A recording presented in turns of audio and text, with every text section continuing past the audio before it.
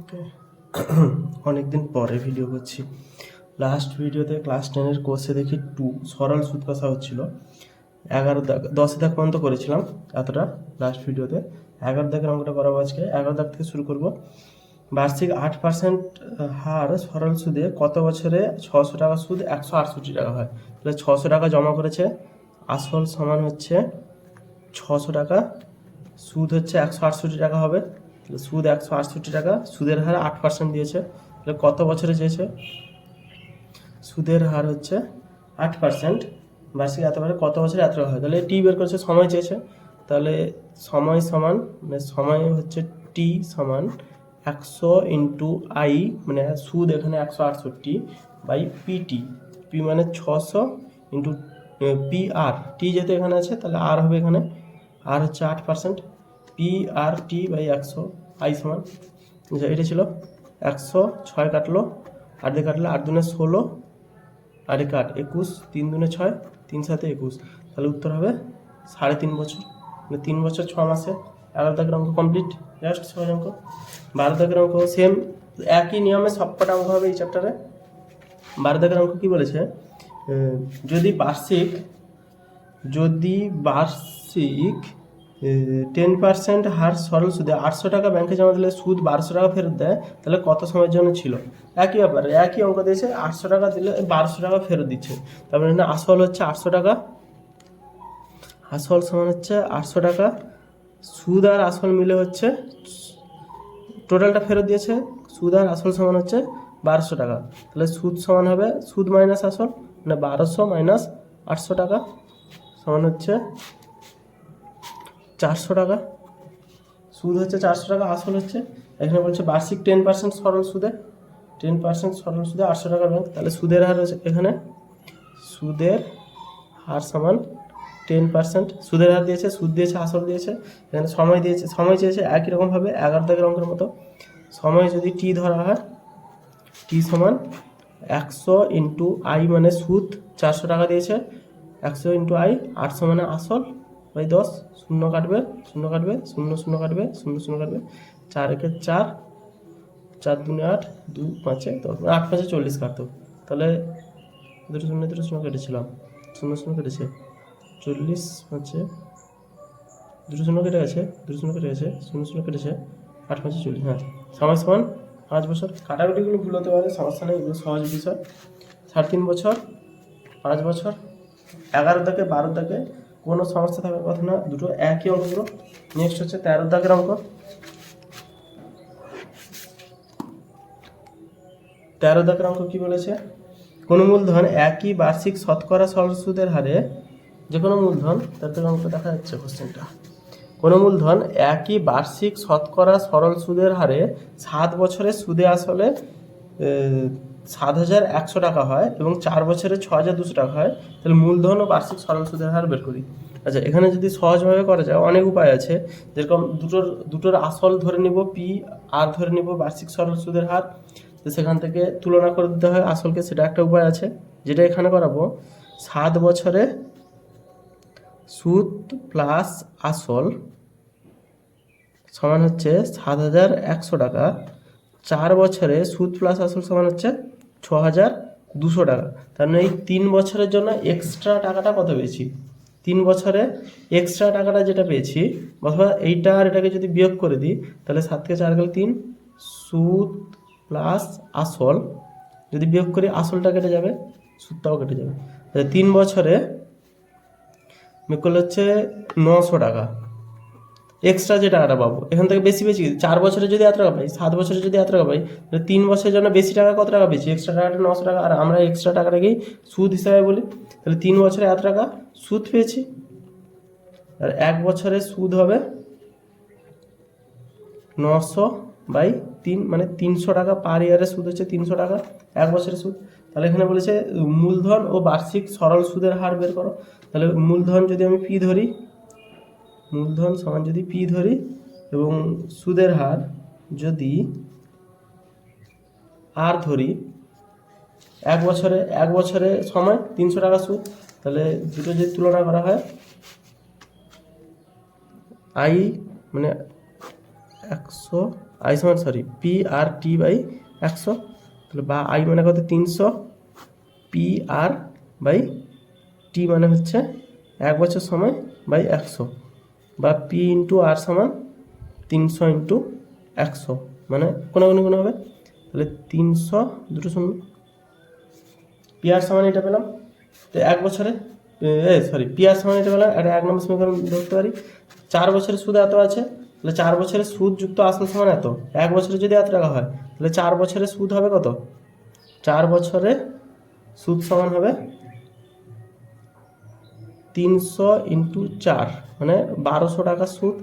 তাহলে 4 বছরের সুদ যদি 1200 টাকা হয়, তাহলে আসল সমান কত হবে? আসল সমান 6200 মাইনাস 1200, মানে 5000 টাকা আসল। তাহলে এই জায়গায় যদি বসিয়ে দিই 5000 টাকা আসল, মানে পি ছিল আমার, পি 5000 টাকা, তাহলে আর সমান 30,000 বাই 5000, 3টে শূন্য কাটবে, 3টে শূন্য কাটবে, 5 6 30 সমান 6%। তাহলে আসল হচ্ছে 5000 টাকা, সুদ হচ্ছে 6%। অঙ্কটা যদি আরেকবার বলা হয়, 7 বছরের সুদ প্লাস আসল আছে, 4 বছরের সুদ প্লাস আসল দিয়েছে, তাহলে 3 বছরের সুদ হবে, এই যে এক্সট্রা টাকাটা যতটা পেয়েছি 3 বছর গ্যাপে এক্সট্রা টাকা যা পেয়েছি সেটা হবে টোটাল সুদ। 3 বছরে এতটা সুদ, 1 বছরে 300 টাকা সুদ, ঠিক আছে। মূলধন পি এটা ধরে এই সমীকরণটা পেয়েছি সূত্র অনুযায়ী, কারণ 1 বছরে 300 টাকা সুদ সেই হিসাবে বের করেছি। এটা না বের করলেও হয় অবশ্য। আচ্ছা, 4 বছরের সুদ হচ্ছে 300 ইন্টু 4 মানে 1200 টাকা। 300 টাকা যদি 1 বছরে, 4 বছরে 1200 টাকা সুদ। 4 বছরের সুদ প্লাস আসল দিয়েছে 6200 টাকা, 1200 টাকা হচ্ছে সুদ, তাহলে আসল হচ্ছে 5000 টাকা। এই মানটা এখানে বসে দিলে 6000 টাকা পেয়ে যাচ্ছি।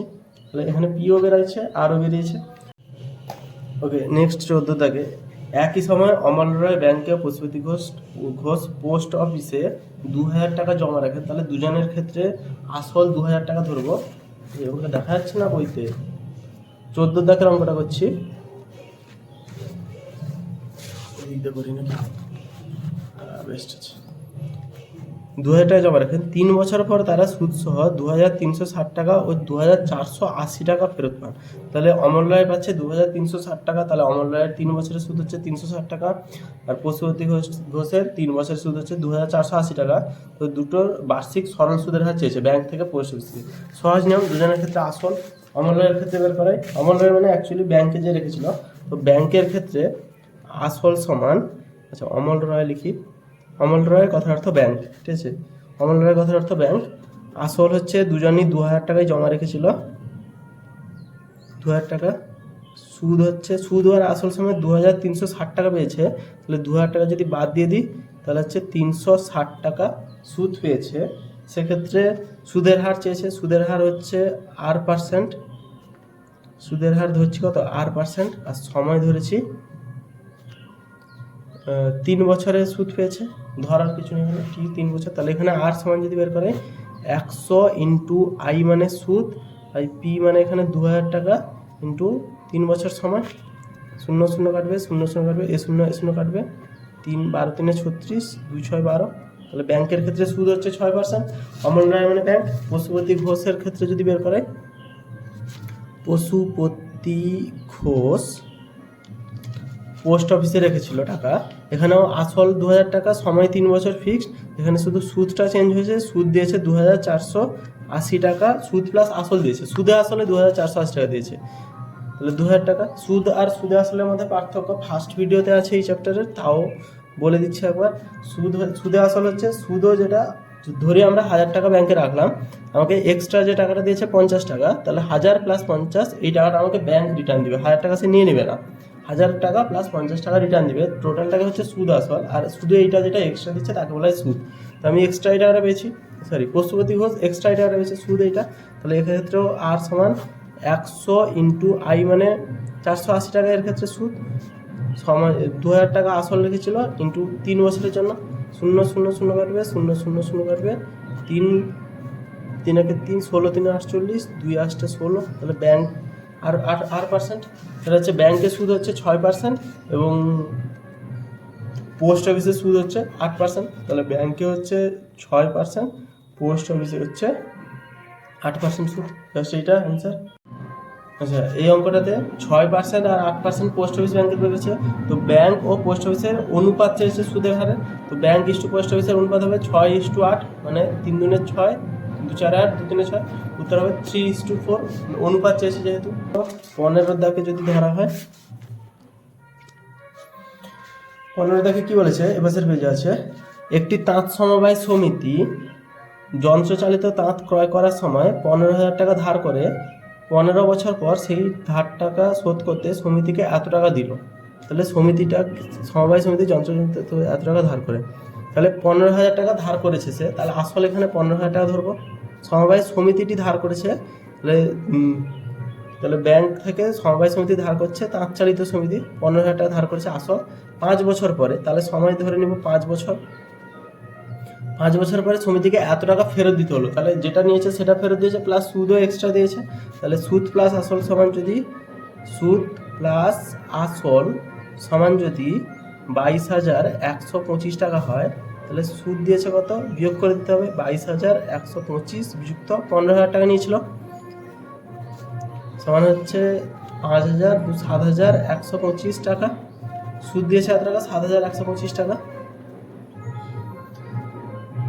22,125, 15,000 টাকা, 7 5 12, 22,125 সুদ। তাহলে ব্যাংকের শতকরা সুদের হার কত, বার্ষিক সরল সুদের হার কত, হার সমান 100 × 7,125, পি মানে হচ্ছে 15,000 গুণিতক টি মানে হচ্ছে 5 বছর। দুটো শূন্য কাটবে, এরও দুটো শূন্য কাটবে, 5 দিয়ে যদি কাটি, 5 একে 5, 21, 5 4 20, 5 2 10, 5 5 25,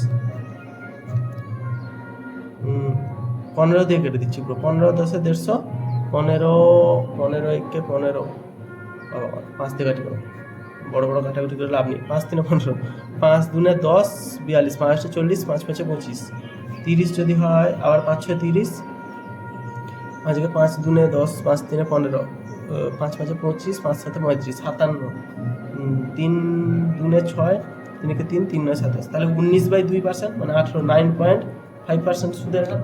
লাস্ট অঙ্ক ছিল এটা, 16 17 18 19 20, সবকটাই বইতে স্টার চিহ্ন মারা আছে, মানে ইম্পর্টেন্ট বোঝাই যাচ্ছে, এটা আমার কাছে পুরোনো বই আছে, সবকটাই ইম্পর্টেন্ট আছে। লাস্ট আজকের অঙ্ক হলো 15 দাগ। নেক্সট এই অঙ্কগুলো নেক্সট ভিডিওগুলোতে হবে।